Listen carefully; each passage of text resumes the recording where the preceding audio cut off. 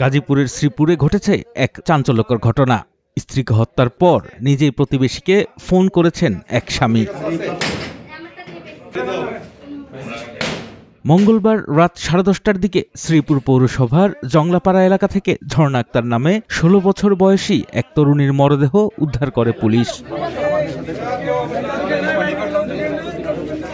স্থানীয়রা জানায় 2 বছর আগে পারিবারিক অমতে অপু নামে এক যুবককে বিয়ে করেন ঝর্ণা। তারা একটি পোশাক কারখানায় চাকরি করতেন এবং ভাড়া বাসায় বসবাস করতেন।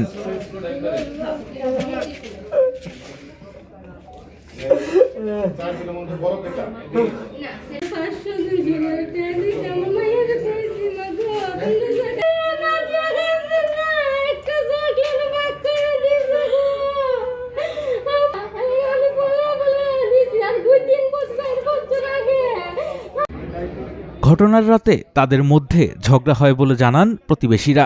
এক পর্যায়ে এই মর্মান্তিক ঘটনাটি ঘটেছে বলে ধারণা করা হচ্ছে। অভিযোগ রয়েছে, ঘটনার পর স্বামী নিজেই প্রতিবেশীকে ফোন করে বিষয়টি জানান।